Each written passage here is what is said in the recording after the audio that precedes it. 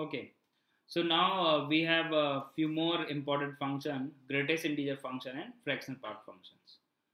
So both these functions are uh, uh, pretty much connected with each other.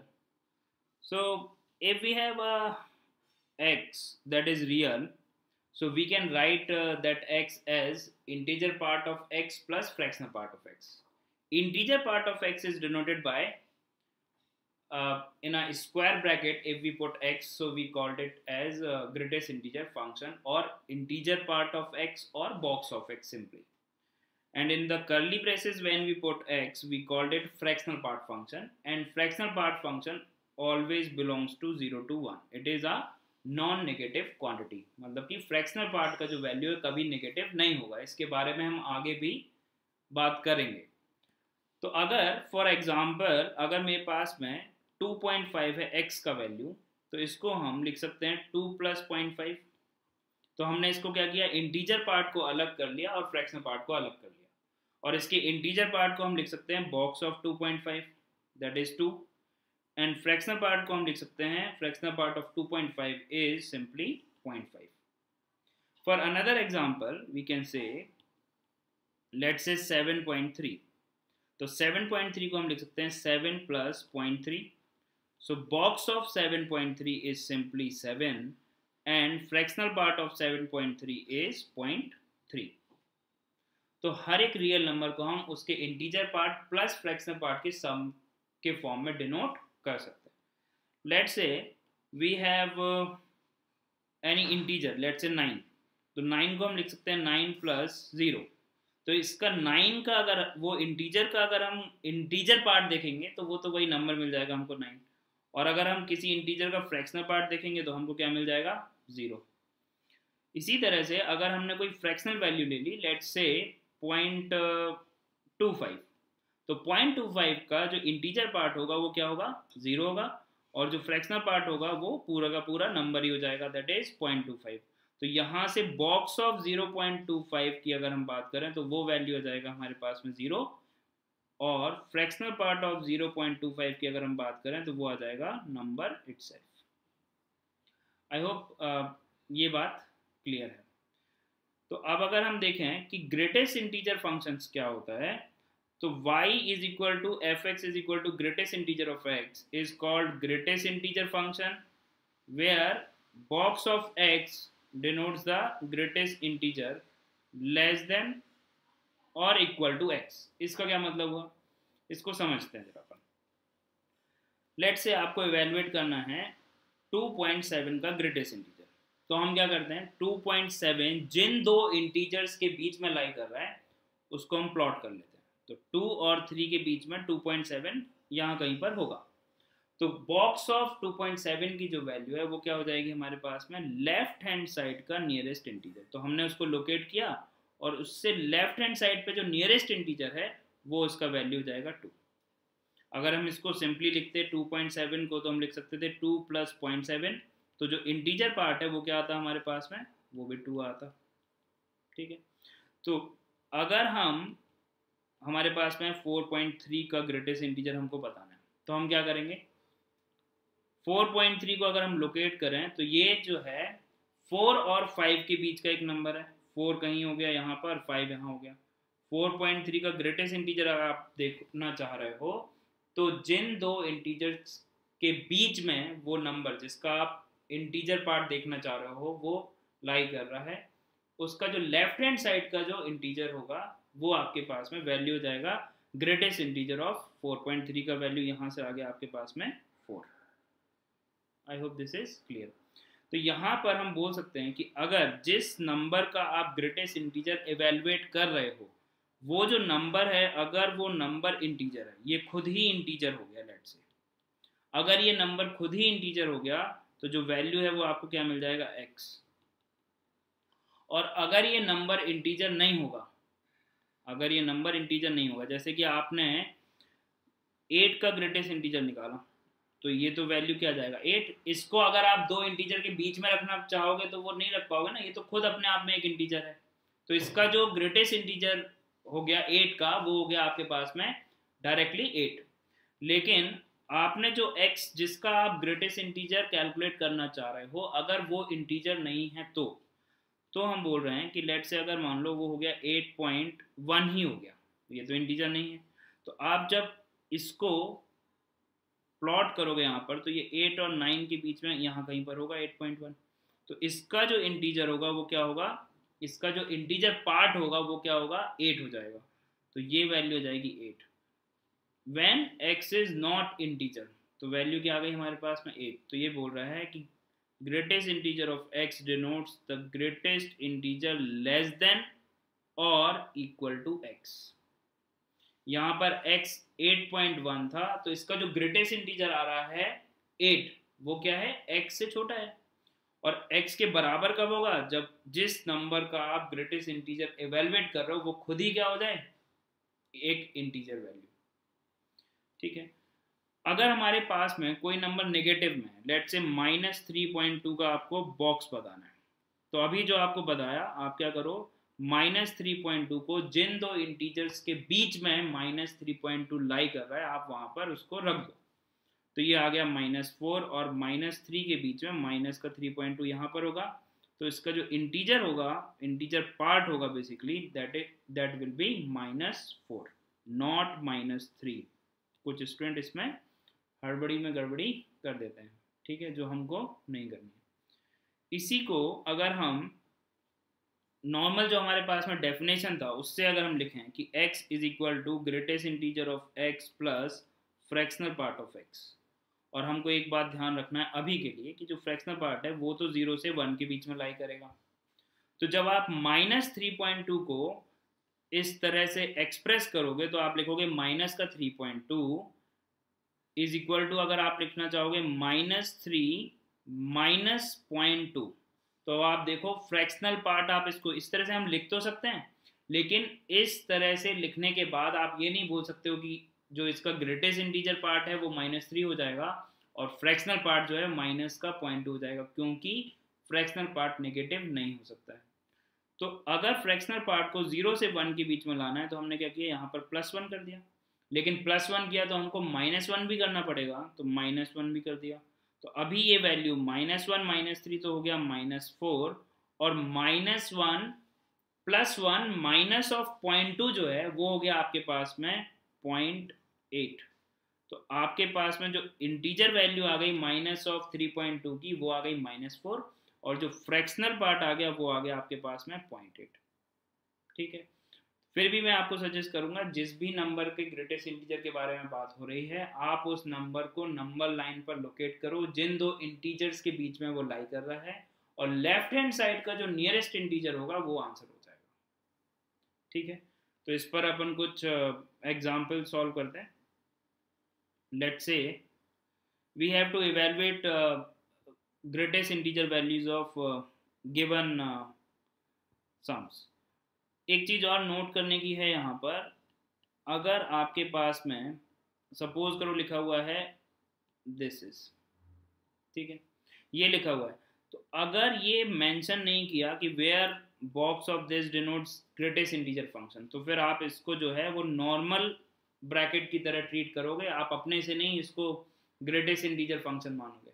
ठीक है, अगर वो mention कर रखा है कि ये जो बॉक्स है ये डिनोट कर रहा है ग्रेटेस्ट इंटीजर फंक्शन को या इंटीजर पार्ट ऑफ एक्स को, तभी हम उसको ग्रेटेस्ट इंटीजर की तरह ट्रीट करेंगे। ठीक है, तो यहाँ पर गिवन है कि this box denote greatest integer function, तो इसको हम ग्रेटेस्ट इंटीजर की तरह ट्रीट करेंगे। तो 2.3 का बॉक्स अभी बहुत क्लियर हो गया। 2.3 किन दो इंटीजर्स के बीच में लाई कर रहा है, 2 और 3 के बीच में। तो 2 और 3 के बीच में आप इसको लोकेट करोगे, लेफ्ट हैंड साइड का जो नियरेस्ट इंटीजर होगा वो आंसर हो जाएगा। तो यहाँ से मैं डायरेक्ट लिख सकता हूँ कि आंसर जो है वो 2 होगा। 4.3 का ग्रेटेस्ट इंटीजर क्या होगा, 4 और 5 के बीच में नंबर लाई कर रहा है, तो लेफ्ट हैंड साइड का nearest integer that is 4 itself. 11.001 है, तो ये तो 11 से आगे निकल गया ना, तो आप जब इसको लोकेट करोगे तो ये तो 11 और 12 के बीच में है, और यहाँ कहीं पर होगा 11.001, बहुत पास में होगा भले ही, लेकिन जब आप इसको लेफ्ट हैंड साइड का इंटीजर लोगे तो वही आपको इसका ग्रेटेस्ट इंटीजर का वैल्यू देगा, सो दैट इज 11। इसी तरह से 7.001, तो ये भी 7 से आगे की बात हो रही है, तो आप पीछे जब देखोगे तो ये आ जाएगा आपके पास में 7। 6.99, 6.99 का मतलब जो है ये 6 और 7 के बीच में 7 की तरफ होगा 6.99, तो इसका जो ग्रेटेस्ट इंटीजर है वो कितना होगा, वो होगा 6, 7 नहीं होगा। ये नहीं कि नहीं सर बहुत पास में है तो 7 लिख सकते हैं, नहीं, ग्रेटेस्ट इंटीजर जो है वो क्या होगा, लेफ्ट हैंड साइड का नियरेस्ट इंटीजर। तो इसका वैल्यू क्या आ जाएगा, पाई जो है उसका अप्रोक्सीमेट वैल्यू अगर हम 3.14 माने तो पाई जो है वो लाई करेगा 3 और 4 के बीच में अप्रोक्सीमेटली। तो यहाँ पर अगर हम देखेंगे तो ये वैल्यू अगर 3.14 भी आप कंसीडर कर रहे हो तो उसका जो ग्रेटेस्ट इंटीजर है वो क्या आ जाएगा, 3 आ जाएगा। ठीक है, ई जिसको हम नेपियर्स कांस्टेंट बोलते हैं, इसका अप्रोक्सीमेट वैल्यू 2.71, तो ये 2 और 3 के बीच में लाई करने वाला कोई भी नंबर है, तो इसका जो ग्रेटेस्ट इंटीजर होगा उसका वैल्यू हो जाएगा आपके पास में 2। √2 इज 1.4142 अप्रोक्सीमेट वैल्यू, तो ये जो है 1 और 2 के बीच में लाई कर रहा है, तो इसका जो ग्रेटेस्ट इंटीजर वैल्यू होगा वो कितना हो जाएगा हमारे पास में 1। 7 इटसेल्फ अ इंटीजर, तो इसका जो ग्रेटेस्ट इंटीजर वैल्यू होगा वो ये नंबर खुद ही हो जाएगा, दैट इज 7। ओके, अब कुछ नेगेटिव नंबर हमको दे रखे हैं, उसको थोड़ा केयरफुली देखते हैं। तो माइनस का 3.2 जो है वो -4 और -3, तो -3 से जब आप -4 की तरफ आओगे तब आपको रास्ते में मिल जाएगा माइनस का 3.2, तो इसका जो ग्रेटेस्ट इंटीजर होगा वो क्या होगा, -4 होगा। सिमिलरली -3 और -2 के बीच में कहीं पर -2.2 होगा, तो इसका जो इंटीजर वैल्यू होगा वो क्या हो जाएगा, -3। माइनस का 3.001, तो आप देखो -4 और -3, तो जब आप -3 से थोड़ा सा मूव करोगे -4 की तरफ तो आपको मिल जाएगा माइनस का 3.001, तो इसका जो इंटीजर वैल्यू होगा वो क्या होगा, लेफ्ट हैंड साइड का nearest integer, so that is we have is -4।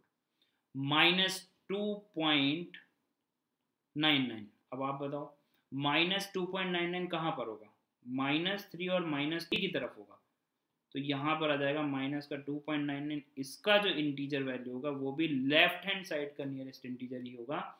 मतलब कि आप -3 से -2 के बीच में कोई भी नंबर लोगे तो उसका जो ग्रेटेस्ट इंटीजर वैल्यू होगा वो -3 हो जाएगा। जब आप -3 ले लोगे तो इंटीजर लेने पर तो वैल्यू वो उसका जो ग्रेटेस्ट इंटीजर वैल्यू है वो वही इंटीजर हो जाता है। तो यहाँ से कितना आ गया आपके पास में -3। Now -π is a number which is lying in between -4 and -3, so what we are getting, its integer value is -4. Minus of e is a number which is -2.7. -2.7 is lying between -3 and -2, so greatest integer is -3.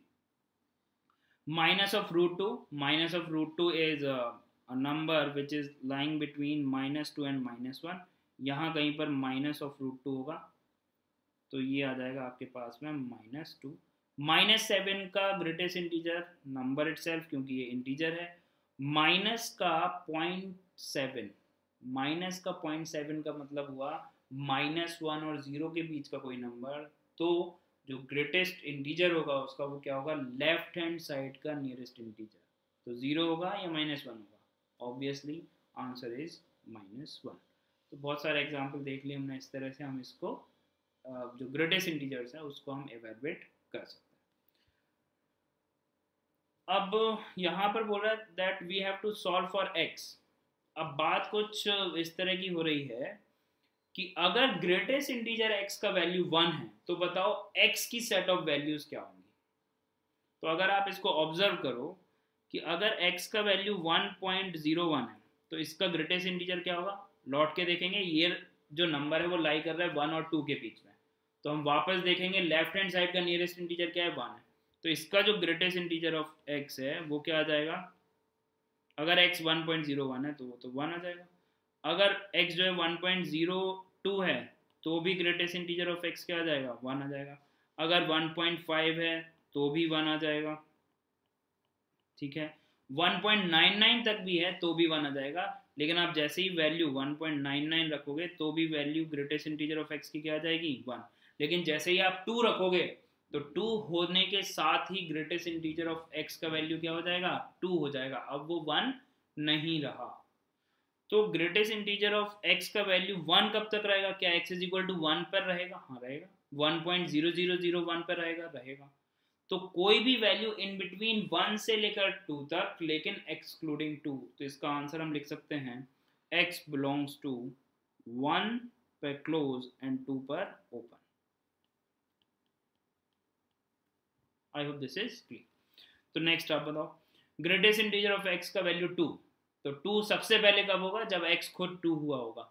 कब तक रहेगा, जब तक x का value 2 से 3 के बीच में कहीं पर लाई कर रहा होगा, ठीक है। तो अगर x का वैल्यू 2 से 3 के बीच में जो है वो फड़फड़ा रहा है, तो जो ग्रेटेस्ट इंटीजर x का वैल्यू है वो क्या आ जाएगा 2 ही आएगा। तो हम यहाँ से आंसर लिख सकते हैं x बिलोंग्स टू 2 to 3 और 3 पर ओपन। फिर ग्रेटेस्ट इंटीजर x का वैल्यू 3 क्या होगा, we can say it is very easy, 3 पर तो क्लोज और 4 पर open. Now greatest integer of x is equal to 4 कब होगा, तो जब x का वैल्यू 4 से 5 के बीच में होगा, मतलब कि 5 नहीं हो सकता है, 5 से छोटा नंबर, जस्ट 4.9999 पर भी जो उसका ग्रेटेस्ट इंटीजर होगा वो वैल्यू देगा आपको 4। ग्रेटेस्ट इंटीजर ऑफ x का वैल्यू 0 कब होगा, तो ग्रेटेस्ट इंटीजर ऑफ x का वैल्यू 0 कब होगा, तो पहली बार तो होगा जब आप x का वैल्यू 0 ले लो, फिर x का वैल्यू आप 0.1, 0.2, 0.3, 0.4, 0.5, 0.6 और उसके बीच में भी और भी जितने नंबर आ रहे हैं, जितने फ्रैक्शंस आप लिख सकते हो, सबके लिए तो 0 आ ही रहा होगा। कब तक, जब तक वो 1 से छोटा है। x belongs to we can say 0 to 1 और 1 पर ओपन, क्योंकि जैसे ही x का वैल्यू आपने यहाँ पर 1 पुट किया, वो तो इंटीजर का वैल्यू तो क्या मिल जाएगा, इंटीजर इटसेल्फ।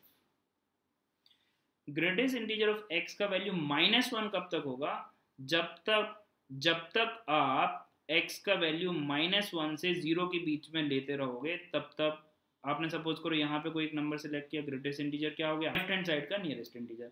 आपने यहाँ पर कोई एक नंबर सेलेक्ट किया, वहां से भी क्या आएगा, लेफ्ट हैंड साइड। कब तक, जब तक कि वो 0 नहीं हो रहा है, तो 0 पे क्या कर देंगे हम, open. So x belongs to -1 पर क्लोज एंड 0 पर। -2 कब तक रहेगा, ग्रेटेस्ट इंटीजर ऑफ x का वैल्यू -2 कब तक रहेगा, जब तक आप x का वैल्यू -2 और -1 के बीच में सेलेक्ट करते रहोगे तब तक रहेगा। और -2 आप ले सकते हो, -1 लोगे, अगर -1 ही वैल्यू हो गया तब तो ग्रेटेस्ट इंटीजर क्या हो जाएगा, -1, इसलिए हमको -1 पे क्या रखना पड़ेगा, open. Now greatest integer of x is equal to -3, again -3 कब तक रहेगा, जब तक वैल्यू -3 से -2 के बीच में लाई करेगी। -3 पर तो हम क्लोज लगा सकते हैं, लेकिन -2 पर हमको क्या रखना पड़ेगा, ओपन। तो उसको डिनोट करने के लिए x बिलोंग्स टू -3 से -2 पर open. I hope this is clear. Now we have greatest integer of x is equal to 1/7। So simply say कि ग्रेटेस्ट इंटीजर जो है वो हमेशा क्या वैल्यू देगा, एक इंटीजर वैल्यू देगा। मतलब x इज इक्वल टू, अगर हम बात करें greatest integer of x plus fractional part of x की, तो इसको अगर हम f से लिखें तो f बिलोंग करेगा 0 से 1 में।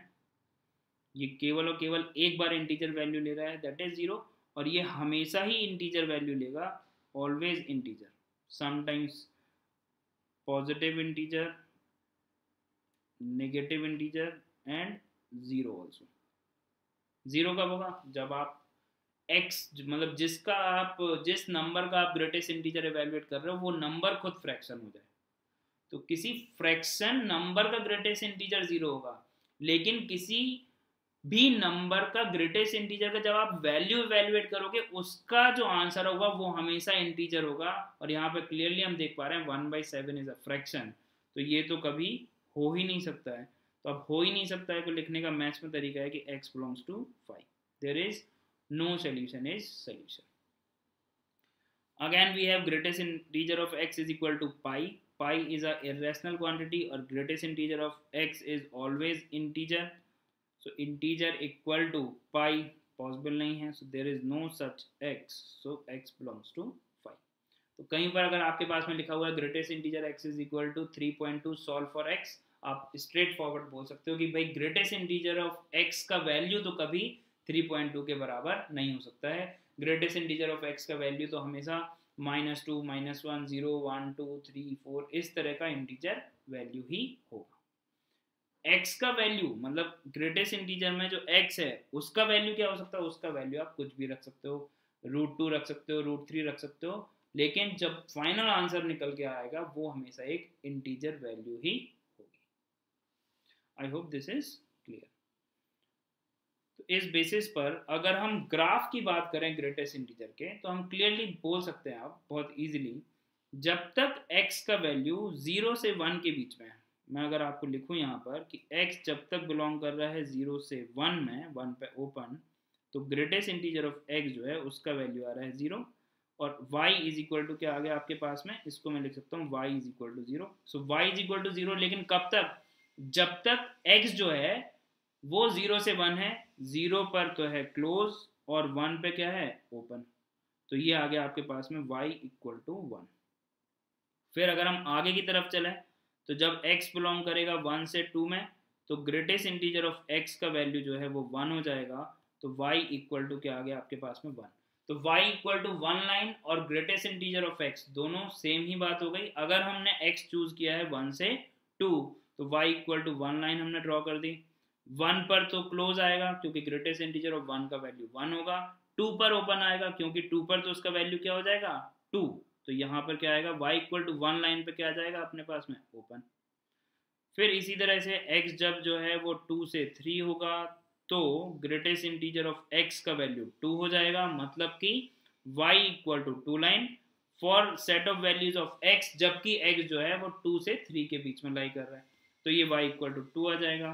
फिर अगर आप और बनाना चाहो तो यहाँ पर ये y इक्वल टू 3 आएगा, कब तक, जब तक यहाँ पर x का वैल्यू जो है, अगर हम इसको थोड़ा सा एक्सटेंड कर दें, x का वैल्यू जो है वो जब 3 से 4 रहेगा, तो ये जो वैल्यू है ये क्या आ जाएगा y इक्वल टू 3 लाइन। और इस तरह से ये ग्राफ जो है वो चढ़ता चला जा रहा है ऊपर की तरफ, और ऐसे ही ये चलता जाएगा।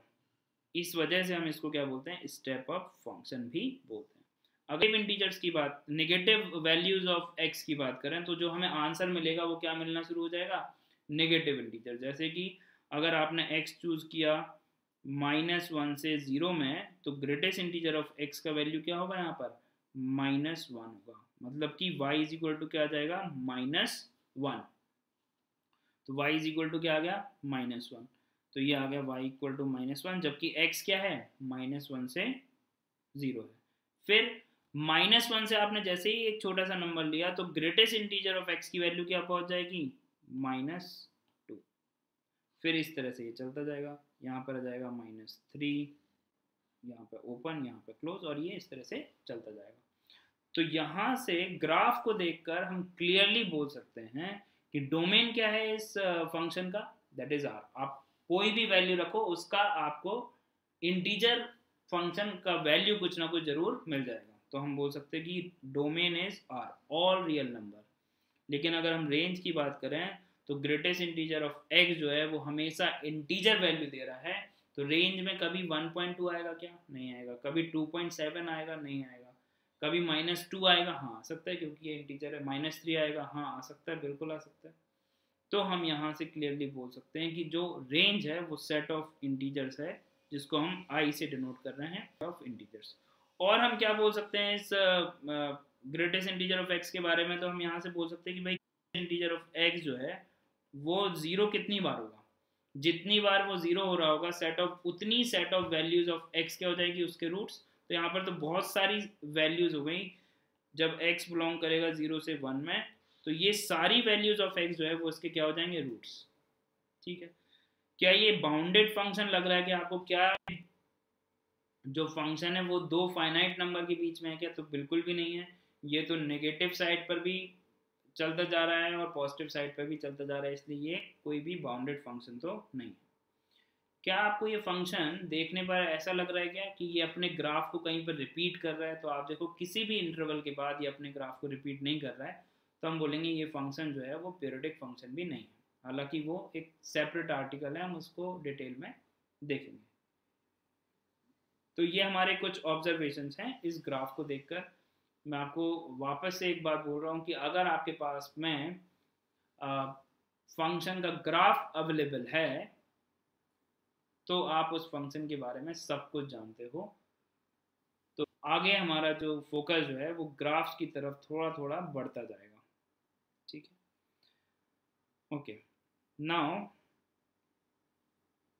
we have to find the domain and range of fx is equal to 1 upon greatest integer of x। तो डोमेन के लिए तो क्लियर सी बात है भाई, जो डिनोमिनेटर है वो नॉन जीरो होना चाहिए। For domain so we can say greatest integer of x can not be equal to 0, तो x can not be equal to 0 to 1। better way to write it as x does not belongs to 0 to 1। so domain what we are getting is x can take all real values except 0 to 1। so this is domain of given function। now for the range, अगर हम range के बारे में देखें तो fx का जो value है वो क्या आएगा, आप देखो -1 1 अपॉन या -1/2 एक ही बात है, -1/3 -1/7, क्योंकि जो ये जो वैल्यू है ये तो हमेशा इंटीजर होगी, 1/2 1/7 1/100, और कोई भी इंटीजर वैल्यू जो है वो नीचे आ सकती है एक्सेप्ट 0। तो इसी तरह की वैल्यू ही मिलेगी आपको भाई, x कहाँ से कहाँ तक है उससे तो कोई फर्क ही नहीं पड़ रहा है, क्योंकि x जो है वो 0 से 1 नहीं हो सकता, क्योंकि अगर x 0 से 1 होगा तो ग्रेटेस्ट इंटीजर 0 हो जाएगा, तो डिनोमिनेटर में 0 पॉसिबल नहीं है।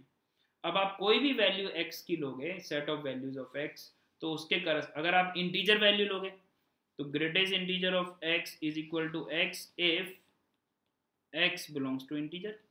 यहाँ पर है 0 तो ले ही नहीं सकते, ठीक है। तो आप कोई भी इंटीजर लोगे यहाँ पर तो आपको 1 अपॉन वही इंटीजर मिल जाएगा, 1/1 1/2 1/-3 1/-4, इस तरह से चलता जाएगा। तो इसकी रेंज को हम कैसे लिख देंगे, इसकी रेंज को हम लिख देंगे y belongs to 1/n where n belongs to integer except 0। इस तरह से हमने लिख दिया कि भाई ये जो है वो रेंज को डिनोट करेगा of 1 upon greatest integer of x। I hope this is clear. Now we have another question that cos of greatest integer of pi square x, greatest integer of pi square multiplied by x, and cos of greatest integer of minus of pi square multiplied by x, where this denotes greatest integer function। ठीक है, ये mention कर दिया है तो अपन इसको greatest integer की तरह ही ट्रीट करेंगे। सो पाई स्क्वायर का वैल्यू अगर हम देखें तो अप्रोक्सीमेटली पाई इज 3.14। अगर हम 3.1 ही कंसीडर करें तो पाई स्क्वायर विल बी 3.1 का square, so that will give you approximately 9.61। तो अगर हम इसको रखें यहाँ पर तो ये 9 और 10 के बीच में कहीं पर जो है वो पाई स्क्वायर मिल जाएगा। तो पाई स्क्वायर का ग्रेटेस्ट इंटीजर जो है वो तो आ गया हमारे पास में 9, ये हो गया 9। और minus of pi square is a number which is in between -10 and -9, क्योंकि ये वैल्यू हो जाएगा माइनस का 9.61 approximately, that is minus of pi square, ठीक है। तो इसका जो इंटीजर पार्ट है वो आ जाएगा आपके पास में, integer part of minus of pi square is left hand side का नियरेस्ट इंटीजर, दैट इज -10। तो अभी क्वेश्चन जो है वो आपके पास में आ गया, fx is equal to cos of 9x plus cos of minus of 10x। अब cos of minus theta is same as cos theta, so we can write it as cos of 10x, ठीक है। और ये इसके argument में, ठीक है ना। हड़बड़ी में ये नहीं कि cos 9x है cos 10x है और इसको लिख दिया cos 19x, इसलिए इसको आर्गुमेंट को जो है वो हमेशा स्टूडेंट से बचा के रखा जाता है, ठीक है। तो लाइफ जो है वो इतना सिंपल भी नहीं है, बट कंसेप्चुअली अगर आप चल रहे हो तो कोई दिक्कत अपन को आने वाली नहीं। Okay, so now we have to evaluate. So cos of 9x plus cos of 10x में अगर हम x की जगह पे पाई बाई 2 पुट करेंगे तो ये आ गया आपके पास में cos of 9 times of pi by 2. Odd multiple of pi by 2 will give you value 0. Cos of odd multiple of pi by 2 is 0. And cos of 10 times of pi by 2. So this will give you 5 times pi. So this is odd multiple of pi. And odd multiple of pi is minus 1. तो ये value तो हो गई 0 plus minus 1. So what we are getting is minus 1. So F of pi by 2 का value तो -1 है. अब यहाँ पर गिवन तो नहीं है कि ये सिंगल चॉइस है, तो हम बाकी ऑप्शंस भी देख लेते हैं. ठीक है. एफ ऑफ पाई मतलब ये बन जाएगा कॉस ऑफ 9 पाई और ये बन जाएगा cos of 10 pi. Cos of 9 pi is odd multiple of pi, so that is -1.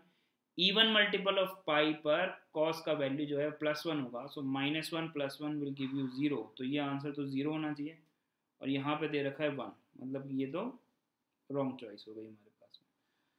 अब कॉस ऑफ, यहाँ पर आप देखो पाई रखो या माइनस पाई रखो, आंसर तो ये, क्योंकि कॉस जो है कॉस ऑफ -x क्या होता है, cos x होता है. तो यहाँ से जो आंसर है वो आ रहा है 0. So this is correct choice. So what we are getting is option A and C. D को अगर आप देखो तो f ऑफ पाई बाई 4 के corresponding this will give you cos of 9 pi by 4. 9 pi by 4 is 2 pi plus pi by 4 in the first quadrant, and cos of 10 pi by 4 that is 5 by 2.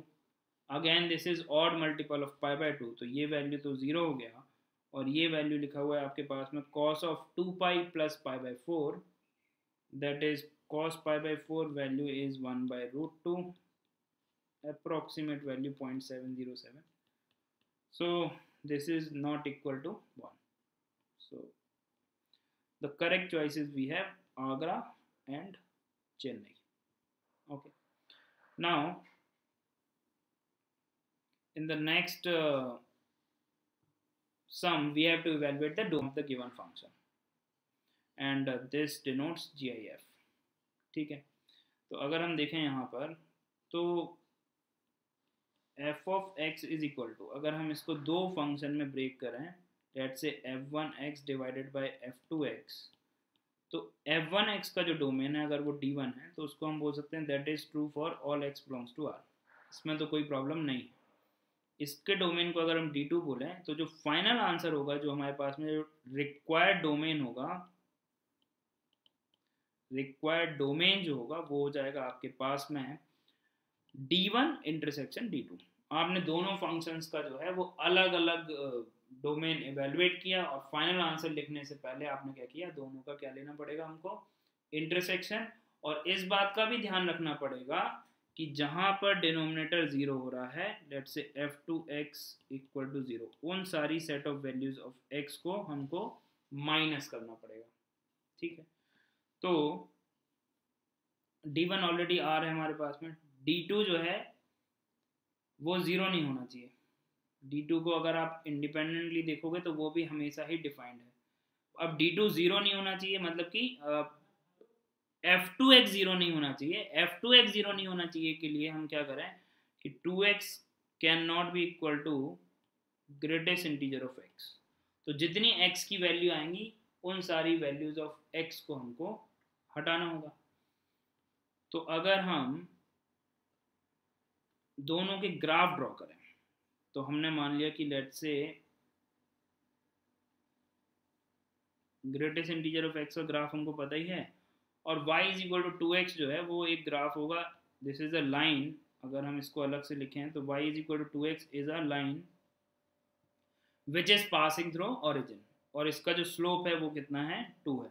Slope 2 है, तो ये line जो है वो इस तरह से जा रहा है, पॉजिटिव स्लोप है.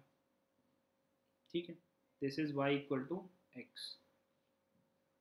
अब ग्रेटेस्ट इंटीजर ऑफ x का अगर हम ग्राफ देखें तो ग्रेटेस्ट इंटीजर ऑफ x जो है वो 0 रहता है. कब तक, जब तक वैल्यू 0 से 1 होती है. तो 0 से 1 तक ये जो है 0 रहेगा, और 1 पे value y is equal to 2x की, when x is equal to आप 1 पुट करोगे तो y का वैल्यू क्या आएगा, 2.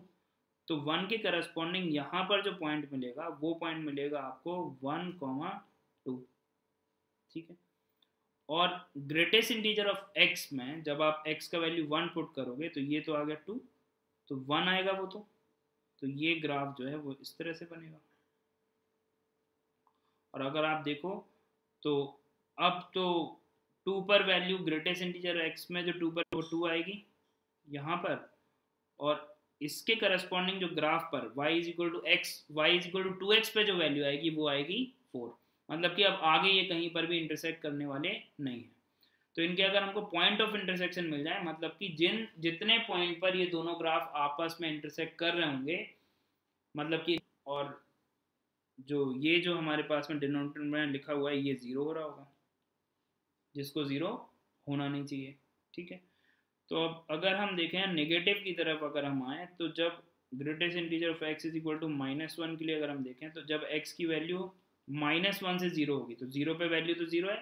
अब 0 से जैसे ही हम लेफ्ट में मूव करेंगे तो ग्रेटेस्ट इंटीजर ऑफ x की वैल्यू क्या हो जाएगी, वो वैल्यू हो जाएगी हमारे पास में -1।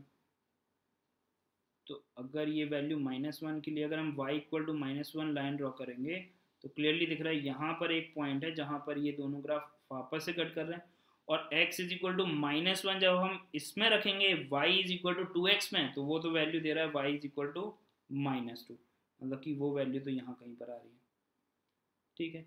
अब जैसे ही हम -1 से -2 की तरफ जाएंगे, तो ग्रेटेस्ट इंटीजर ऑफ x की वैल्यू -1 से -2 में क्या हो जाएगी, -1 पे तो वैल्यू -1 है, और -1 से जैसे ही हम लेफ्ट में मूव करेंगे तो वैल्यू क्या हो जाएगी, -2, और -2 पर अगर हम वैल्यू चेक करेंगे तो वो वैल्यू कितनी आएगी, -4। मतलब कि अब ये ग्राफ आगे भी कहीं पर भी इंटरसेक्ट नहीं कर रहे होंगे। तो हमारे पास में क्लियरली हम बोल सकते हैं कि यहाँ पर 2 पॉइंट ऑफ इंटरसेक्शन है। एक तो ये हो गया P1, जिसको हम क्लियरली बोल सकते हैं कि ये आ गया x इज इक्वल टू 0 पर दोनों इंटरसेक्ट कर रहे हैं। वैल्यू भी पुट करोगे तो 2x का वैल्यू भी क्या आएगा, 0 पर 0, और ग्रेटेस्ट इंटीजर ऑफ x का वैल्यू भी 0 पर 0। तो ये तो ऑब्वियस सा आंसर था। अब ये जो रूट है, एक ये जो पॉइंट है, इसको अगर मैं P2 बोलूँ, तो पॉइंट ऑफ इंटरसेक्शन P2 की वैल्यू निकालने के लिए y इज इक्वल टू -1, ये जो लाइन है इसको आप सॉल्व कर दो y is equal to 2x के साथ में। सो फॉर P2 जो सेकेंड पॉइंट ऑफ इंटरसेक्शन है, we have to solve 2x is equal to -1, so x is equal to -. तो हमारे पास में अगर मैं बोलूँ 2x minus greatest integer of x is equal to 0 के जो सोल्यूशंस आ रहे हैं वो आ रहे हैं x बिलोंग्स टू 0 एंड -1/2, जो कि नहीं होना चाहिए क्योंकि we are solving for not equal to 0 के लिए। तो जो हमारे पास में फाइनल जो डोमेन ऑफ फंक्शन है वो आ जाएगा आपके पास में df से डिनोट कर रहे हैं, that is x can take all real values except -1/2 and 0। So this is our answer.